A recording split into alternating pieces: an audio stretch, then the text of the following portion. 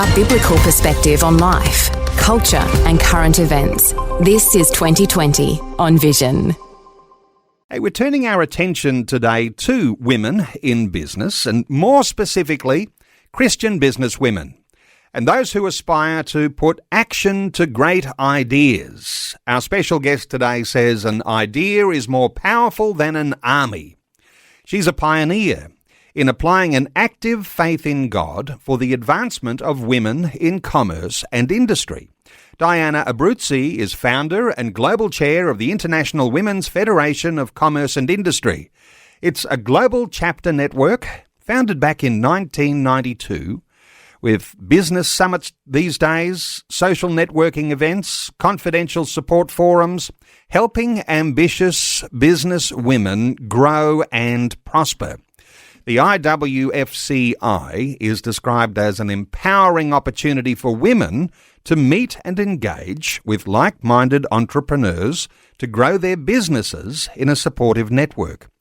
And I might just add that Diana was inducted into the Victorian Honour Roll for Women back in 2020, having founded the International Women's Federation of Commerce and Industry. Diana Abruzzi, a special welcome along to 2020. Thank you so much, Neil, and I'm really, really happy to be here with you.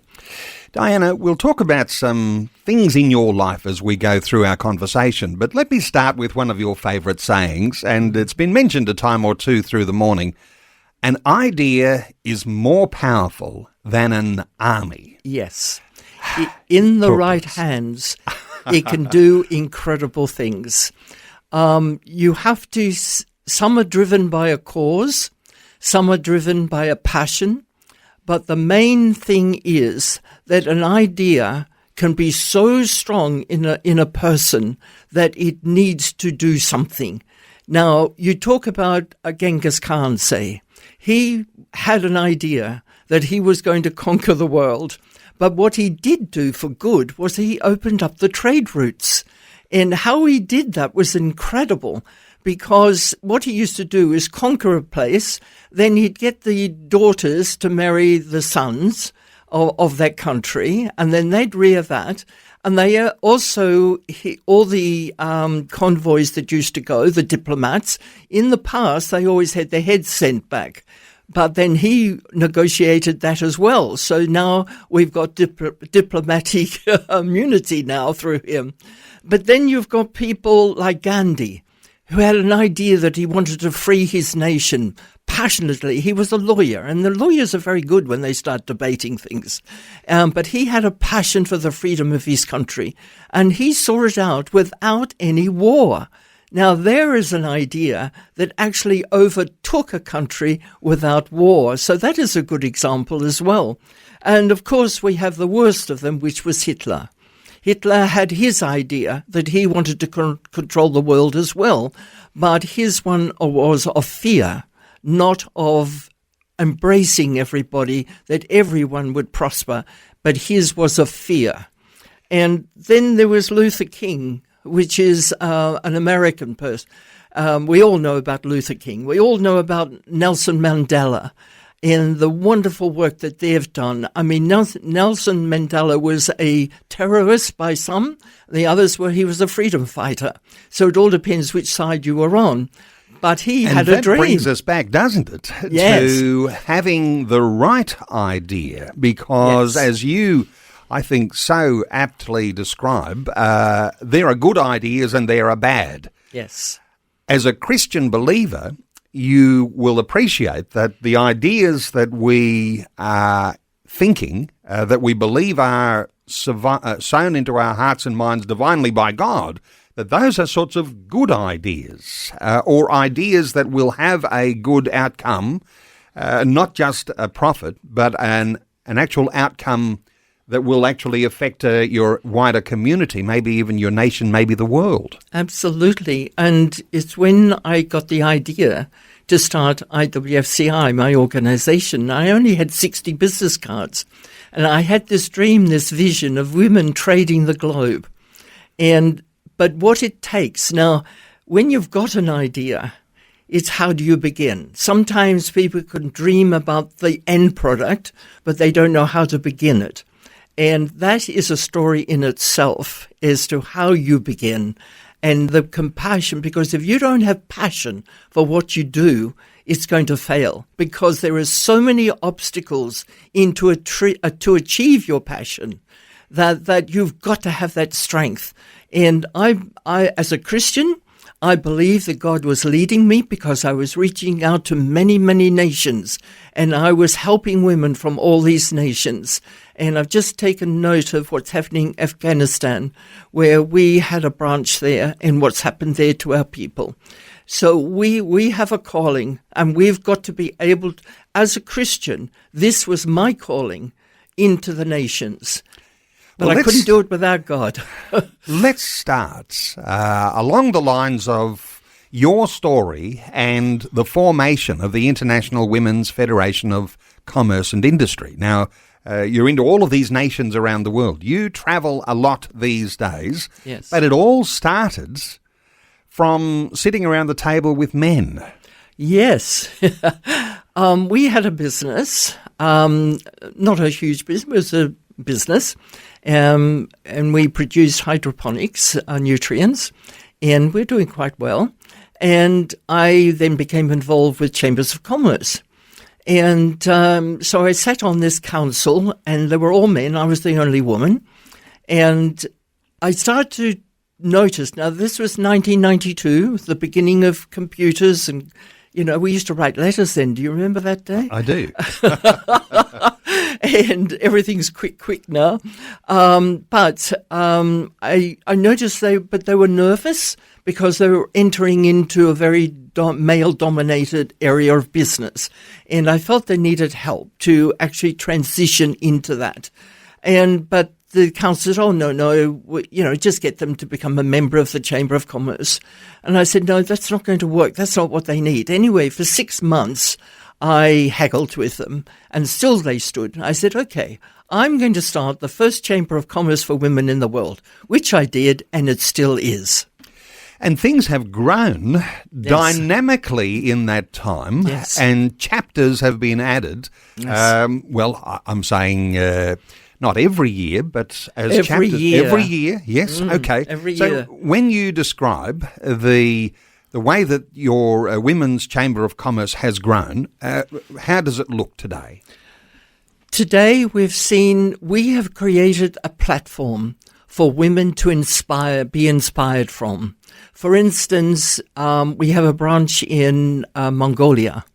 We had a wonderful summit over there that brought Mongolia onto the map.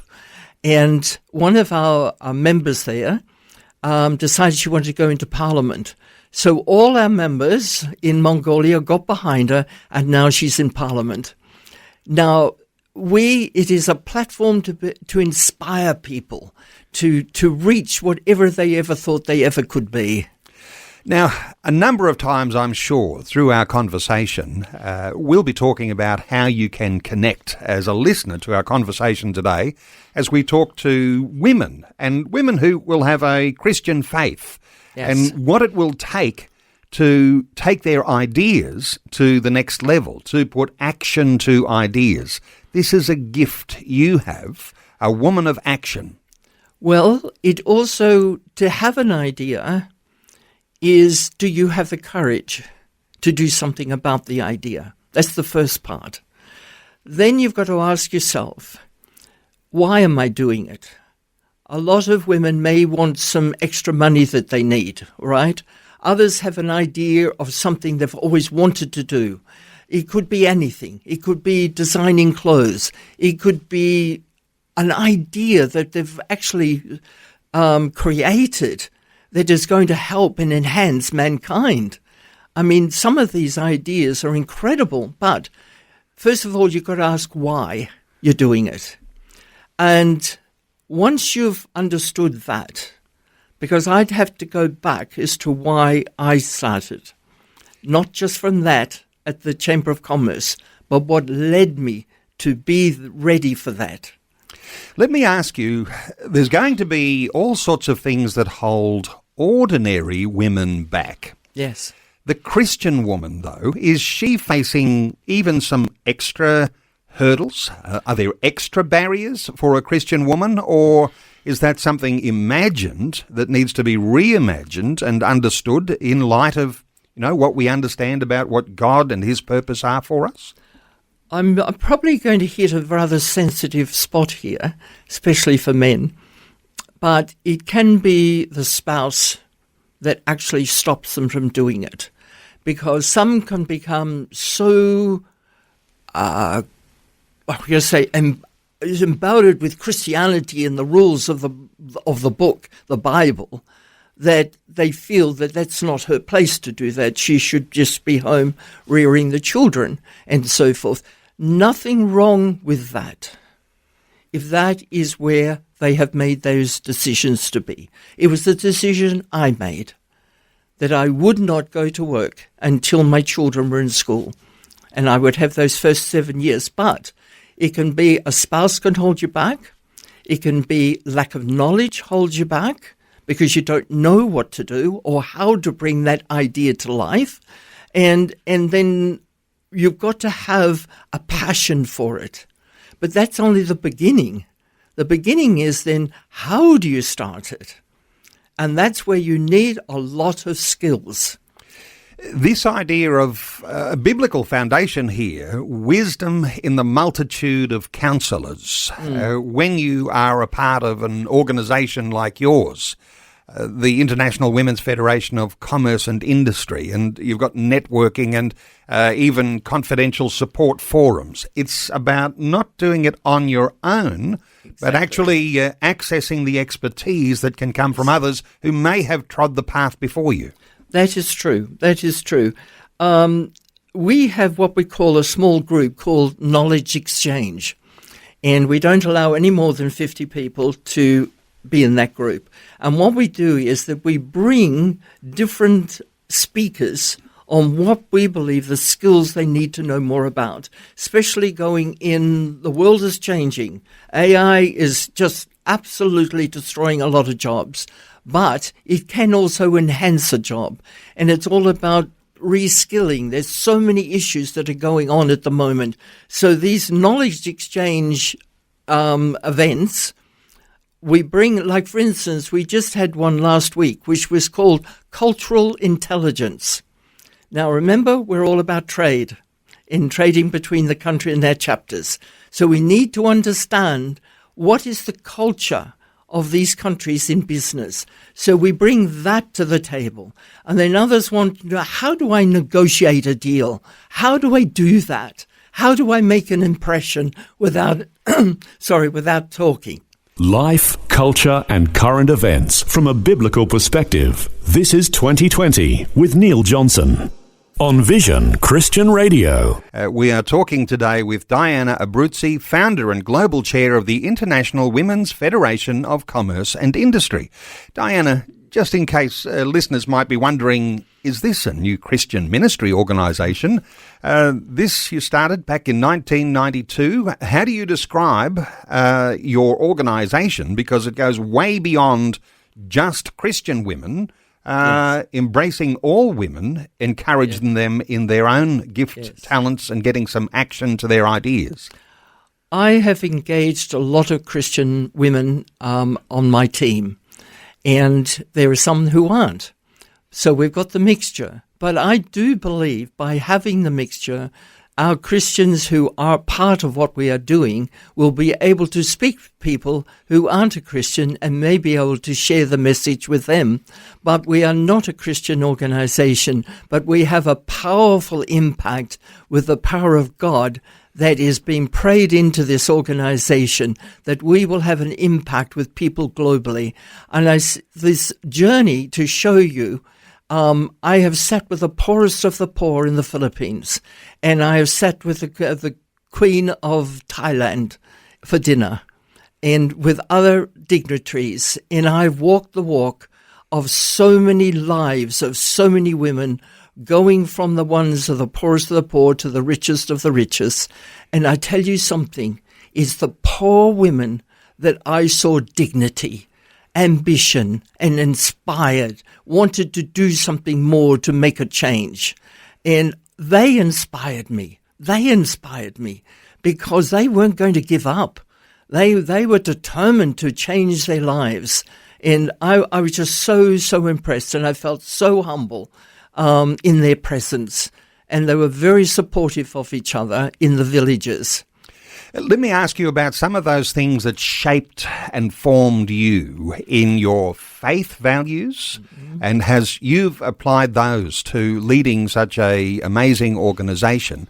You were inspired by the founder of the Open Doors, Brother Andrew, and smuggled Bibles into communist China and into Burma. That's right. Take us back to those sorts of things and the way they shape you as a woman and as a woman of faith. Well, it was one day, just to put it right at the very beginning, I was sitting in church and this woman sat next to me. I'd never seen her before. And she said, I think you should read this book. And it was about God smugglers. And as I opened up and looked at it, I went to turn and she wasn't there. And I went, oh my gosh, what's this mean? And so that night I read the whole book through and I said, all right, God, I'm going. Right then, I didn't have the money. I didn't have the money to go on this. And I thought, oh, what can I do? So that journey of getting me there is in a way God telling me this is what he wanted me to do. Because I went to work the next day and they told me, the first a plane is going into China. The first European plane going into China. Because they'd been closed, the doors had been closed till then. No one could go in. So I thought, right, there we go. They got a flight going in. So I rang Qantas. And I waited and waited, but in the back of my head, this voice kept saying, go to Doncaster travel agent. Go to Doncaster travel agent. I thought, gee, all right, okay, but I'm hanging on. Anyway, after about 10 minutes, they then it came back to me and said, you haven't got a hope. You can go on the waiting list, but you're just having a hope. I said, okay. So I went to Shopping Town, and as I walked in, the lady was walking out, and I said, I would like some tickets. Didn't have the money, mind you. I would like the tickets, to go to China. And she said, that lady who just walked out just cancelled 4 tickets. She said, now you can have it if you've got the other 3 people by Monday. This is Friday. Well, I got my son, my niece, and another boy from the church. But then Sunday night, I still didn't have the money. And I said, okay, Lord, up to you. My mother rang me at 6 o'clock in the morning. She lived in Sydney. And she said, God has been talking to me all night. What is this about? I've got to give you some money. And I said, how much, Mum? And she gave the exact amount that I needed. And that was a journey of 2 years in and out of China. And that in itself is a book on its own. And when you go through experiences like that, Diana, what does it mean to step out in faith, to see the hand of God, his provision, because in those days you learned to rely on him. So when you came to big things like starting global organisations, there was already some faith that was established well and truly. You knew that God would provide when he was leading you in a direction. Well, when I was going in and out of China, the experiences I had with God leading the way. Now, this is interesting because I was in a country, I had no way of controlling anything, right? I had to absolutely rely on God for every movement I made. And where I went and how I did, I had to absolutely trust God as we did the drops. And there's different experiences in there that affected me very much. I actually saw a real miracle before my very eyes. And that shaped my faith in God. I came back, and I remember flying into Hong Kong, and God said, that's it. I want you to go back into the market. I thought, oh my goodness. So I thought, all right. So when I came back, I went into a convent where I could just have time on my own and with God. And the nuns got a bit worried because I wasn't coming to meals, but I was just so focused on God. And it was at the end of that time I was there, I still didn't have anything. And then all of a sudden, God gave me the vision. And I thought, oh my gosh, I can't do that. I mean, gee, that's big. I was really scared. I said, oh God, I can't do that. So I went away and it went woof right into my chest like a pain. And I thought, oh my goodness, all right, God, okay, I'll do it. And I did. And it was such a step of faith. He affirms things along the way too, and you've seen miracles that have happened during this time, and these contribute to the way you take those big steps when you need to. Yes, very much so.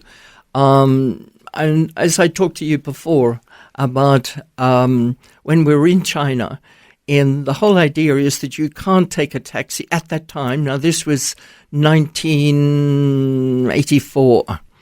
And things were still very unsettled there. And you could take a taxi from the hotel. And so we went and did our drop, but we couldn't take it with us. So we were walking along this little road between the little houses. And there was a woman in the gutter with her child. And the child was obviously dying. It was blue. The face was just blue. And I said to our two people, I said, look, let's just pray. Now, we don't normally do this type of thing, but we did. And as we prayed, we saw that child come back to life. We saw before our very eyes. And actually, we were shocked because when we pray for miracles, we usually have to wait for God to do it.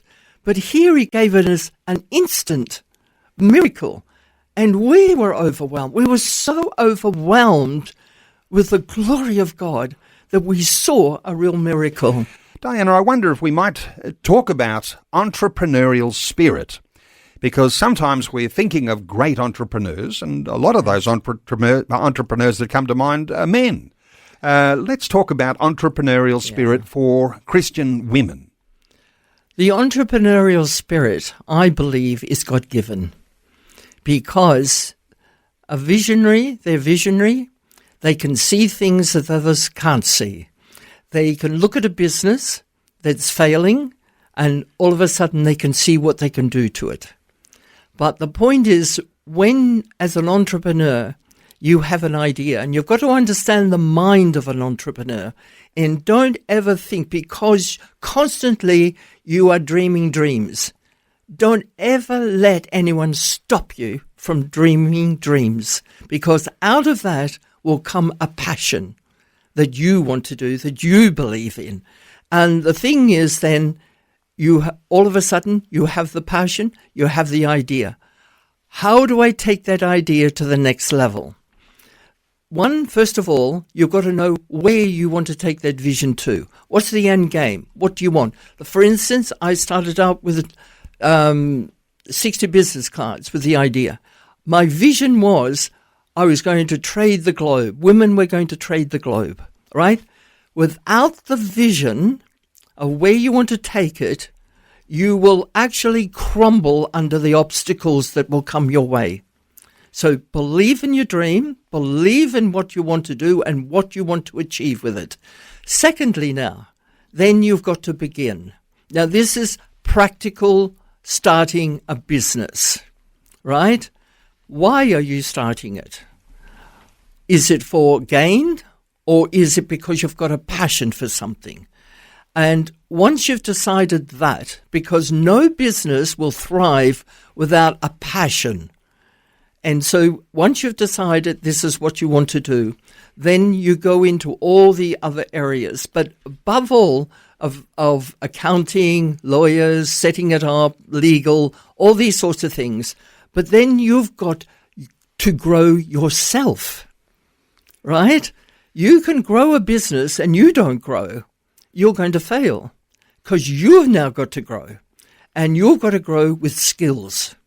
Empowered by God, the vision of prayer, of where you want to take it, knowing that God's in charge, not you, God's in charge, but he is going to shape you now for that end vision that he's just given you.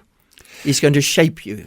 Diana, what do you say to that woman who's listening to us now saying, oh, I wish I'd heard Diana in my younger years. I have had all sorts of dreams and visions. Along the way, just like you're describing, I've seen those dashed, and I feel like now I'm too old to do something new. What do you say to that woman who thinks that they're past the window of opportunity that they needed to rise to actually get their dream and make it a reality? Well, I have to encourage you, because I started IWFCI when I was 50. And sometimes it takes God to train up you a little bit to be ready, because what he's trying to build in you is courage. And believing God is going to lead you to where he wants you to go. You just got to believe. 50, do not let anybody ever stop you from pursuing your dream, ever. There's artists of 80 who are starting to paint. It's beautiful things. Never let an age get in your way. I'm 85 now, and I am I am still dreaming. So never, ever let it stop. What do you say to the women who say, well, what about my responsibility in motherhood? And you know what? As a Christian believer, I'm going to say my family is important, and I don't want to trade off the value of raising my own family for just pursuing an entrepreneurial goal. What do you say to women around motherhood? Is there seasons in all of that? Is there a time to change direction? What's your insight? There's been two ways of doing this. Sorry. When I started thinking about what I wanted to do, and I had my 3 boys and they were very young, I was given an opportunity of training up as a broadcaster or an interviewer on Channel 2, the ABC. And an enormous opportunity, because television was just coming in. But I had my 3 little boys.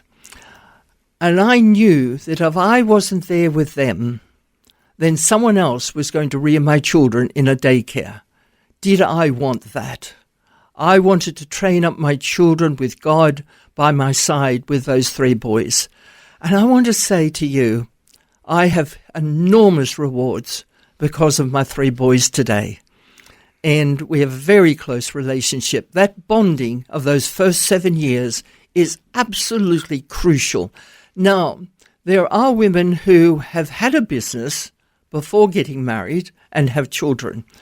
A lot of those women have been in corporate world, and then they leave the corporate world, and sometimes they will take those skills and start a little business which they can run from home. Home-based businesses for women grew enormously through this time.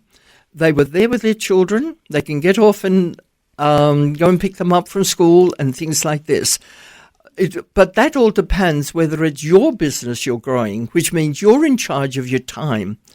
But there is no way that you can actually have a huge input with your children without actually having them with you. What about the woman who says, I had opportunities and they've fallen by the wayside? What about, even the hardships that you go through? Failed relationships, children who've rebelled, and you feel as though you're defeated in some way. How do you approach a woman who maybe even has gone through what we might even say is unimaginable hardship, and the regrets that she might have of making some maybe poor decisions, wrong choices, and now trying to get things on track? Is there some inspiration you can bring for those women? I interviewed a wonderful woman.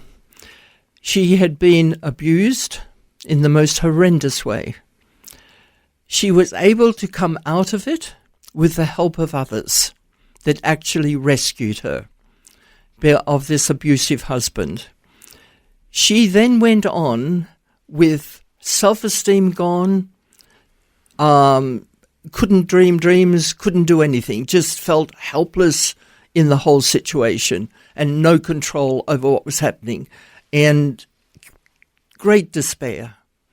And the thing is that when that women get to that point, and there are many women that can get to that point, it's either now, and as a Christian, and I feel so sorry for people who don't have God, because at that point, because I have been at that point, and I cried out to God, and God visited me. And the thing is, we have God on our side, and call out to Him,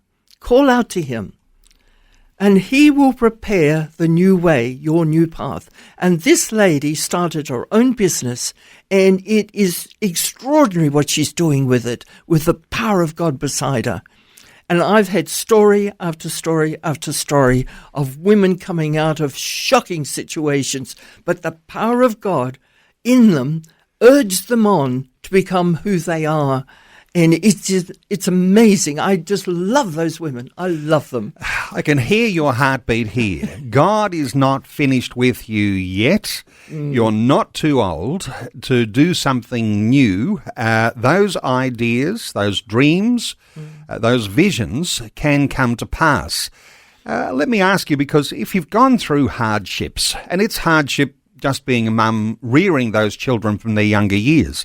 Oftentimes that window of opportunity comes, the kids are at school, you've got some more freedom to be able to pursue the things that you want to do, and I guess you do that in cooperation and as one, if you're in a marriage situation as well.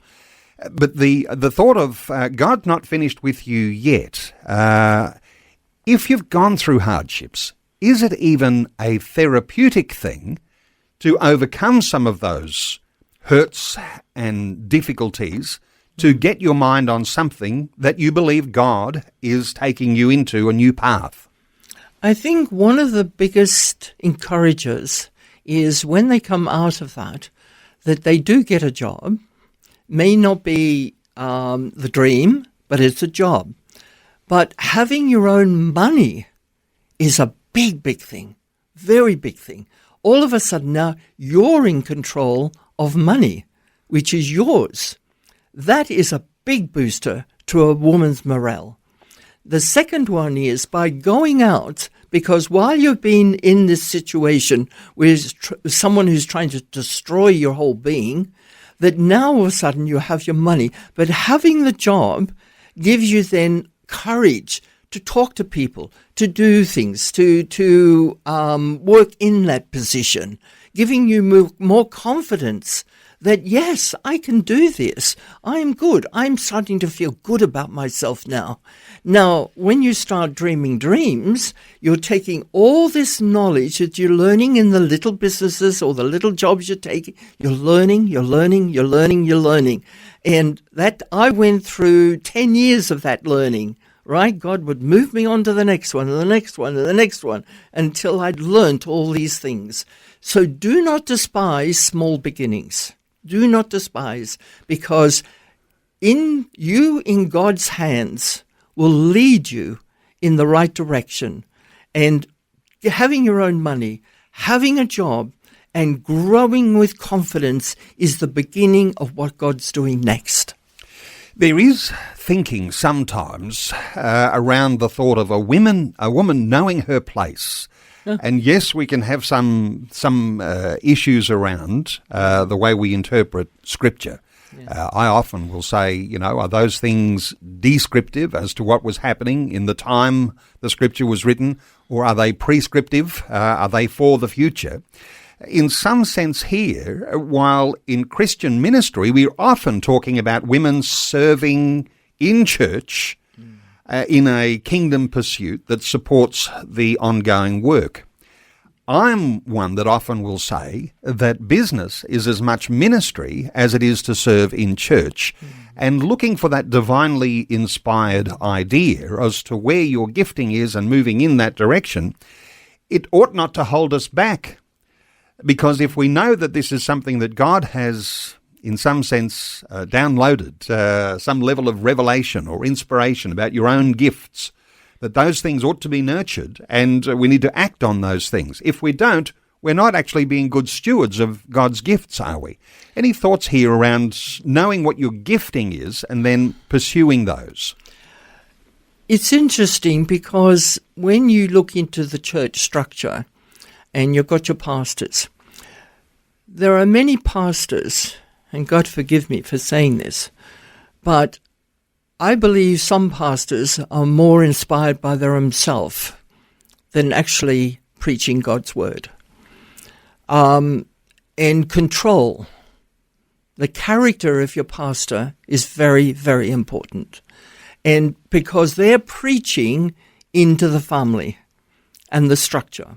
And there are many husbands who feel their role is control, and that's your place, and this is my place. But you're quite right. God has given incredible gifts to women, And through our organization, we've got beautiful Christian business women.